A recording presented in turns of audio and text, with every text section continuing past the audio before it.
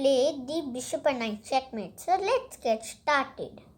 So first, there are only some simple steps so we can checkmate. People think that we cannot just checkmate with a bishop and knight because they are both minor pieces. But you can actually checkmate. It is quite hard, but it is not impossible.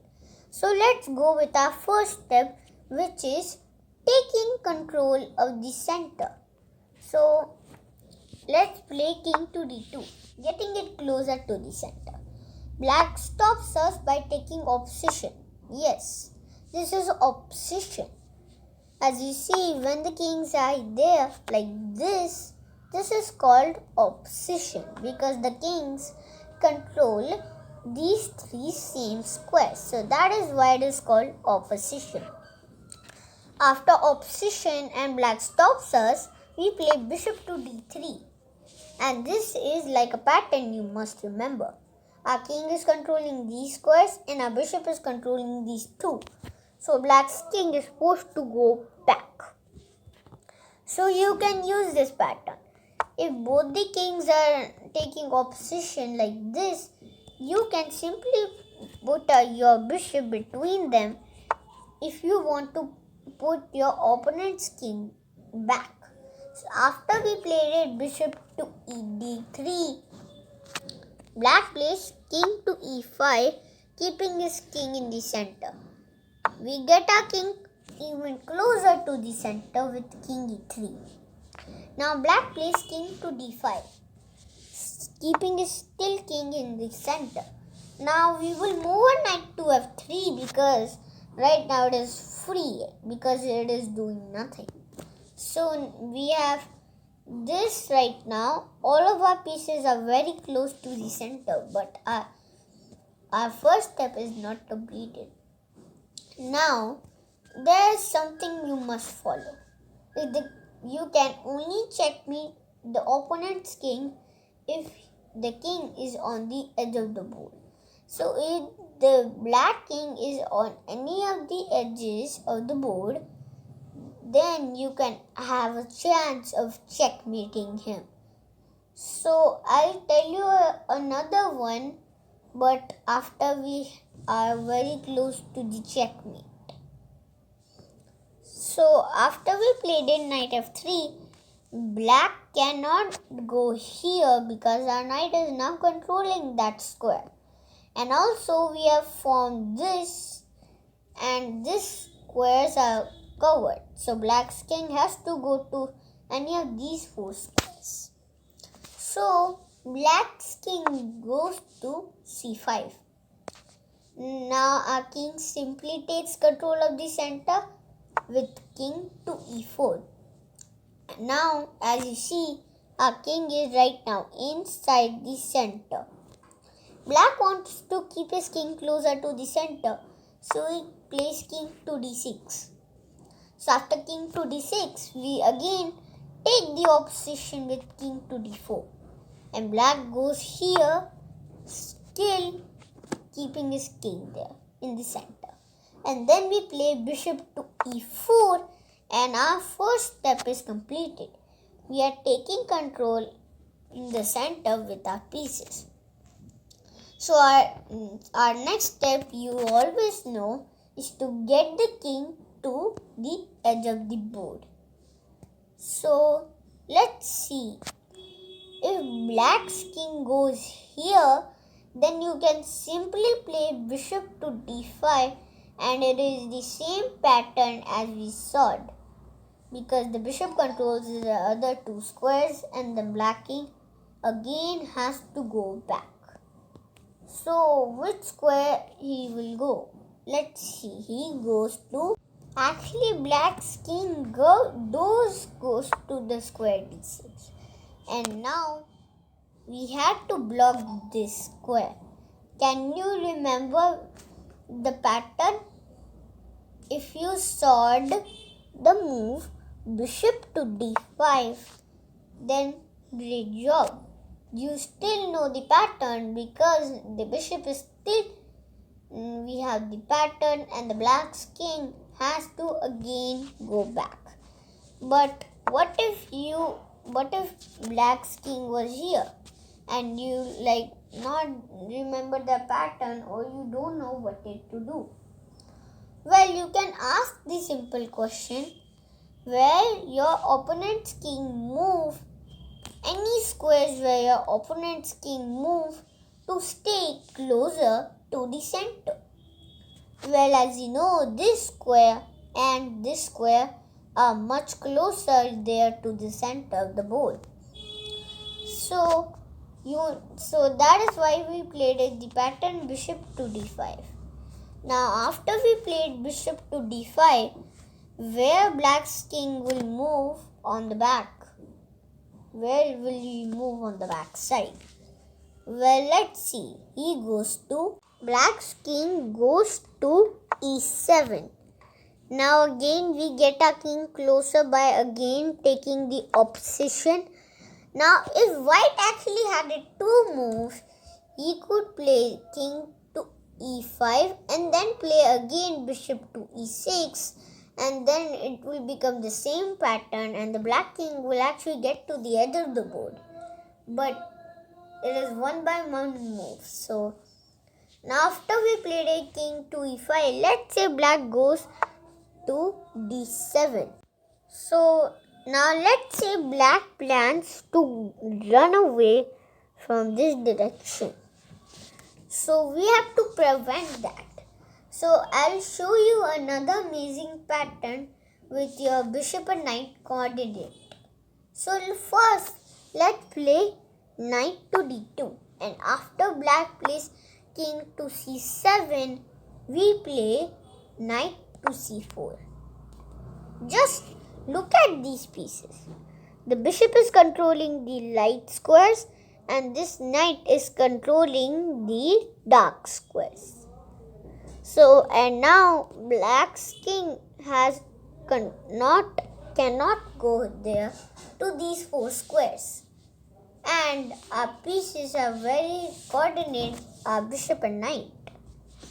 So after knight to c4, black is forced to come back because he doesn't want to make his king checkmated much easier by your knight, bishop and king. So that's why he goes to d7. Now we have to block this d7 square for black's king. So what can we play? We can play king to f6, which controls this square. And then after black comes here, we can again come there and black's king is forced to go to the three squares are on the edge. So black goes to, well, I actually made a small mistake. We have to play king to e7 instead of king to e6. So now black's king cannot go to actually d8, and controlling more squares is good to checkmate. Well, the king doesn't want to come there because it will make it a lot easier for you to checkmate. So he goes to c8. Now what can we play? We can play king to d6. Again king to d6. And as you see, we are controlling this line with our bishop and king. So where will black's king go? Does he move to d8 or b8? Let's see. The first move is d8 because black just don't want to go there and make it easier for your king and bishop and knight. So he plans to run away like this, so that we have to restart our process so that black's king can stay much longer. And there we have completed till 30 moves. There are 31 moves completed and we have only not that much moves left. We have only 90 moves and then the game will be actually a draw. So we cannot. So even though Black's king escapes, it could actually become a draw. So we cannot let Black's king get out. So what can we play to block the e8 square? If you found bishop to f7, then great job. That is right, playing bishop f7. Now these squares are controlled, so Black's king is forced to go there, which is Black's king's forced move. And I know I didn't tell the forced one. Forced means he immediately has to go to that square. So if your king is in check and there's no other way but to sacrifice your queen, you are actually forced to do it and sacrifice your queen. So that's why it is called forced. And forced is like this. So now we have controlling these squares. So what shall we play next? Well, the king can go to this one free square, but where does he go? He goes to, but where we move our king first, or a bishop or a knight. Where we move it, we play knight to a5. So after playing knight to a5, Black's king goes back because he doesn't want to go there, because that is like the dangerous square for the king. So after that, we simply check the king with our knight. So the king is forced to come here. We take opposition. King is again there, and then our king comes there. And we are like checkmate. Pretend that after you get this position, the king is not there. He's just out of the game. And you must aim for this position. So why do we? So there's one important principle you have to follow. If your bishop is a light bishop, then you can only checkmate the black king on these two light squares.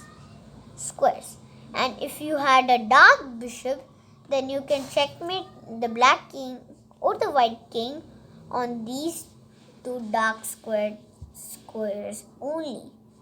So that is why this principle is very important. So because let's see, after Black's king goes like a8, but he is not gonna go there. He wants to go there because he doesn't want to get checkmated. So then we place a bishop here, and the king is forced to go there, and then we play knight to c5. So after playing knight c5, Black's king has to go to a8. And as you see, we have blocked these squares, so the black king cannot go to those squares. He can only go to a8 and b8 squares, which are only two. So he's forced to move his king back and forth on them. So after that, we have to check the king with a knight first, and then checkmate with the bishop. But there's a problem. Don't play knight to a6. Otherwise, it will be a stalemate because the king cannot go to b8. And these two squares are already controlled. So what can we play? Well, you can play a waiting move with your bishop. And make sure you keep him on this diagonal only, because that diagonal controls this square on the other diagonal.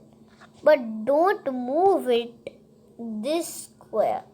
But if you want to move it there, you can move it because it will still allow a checkmate.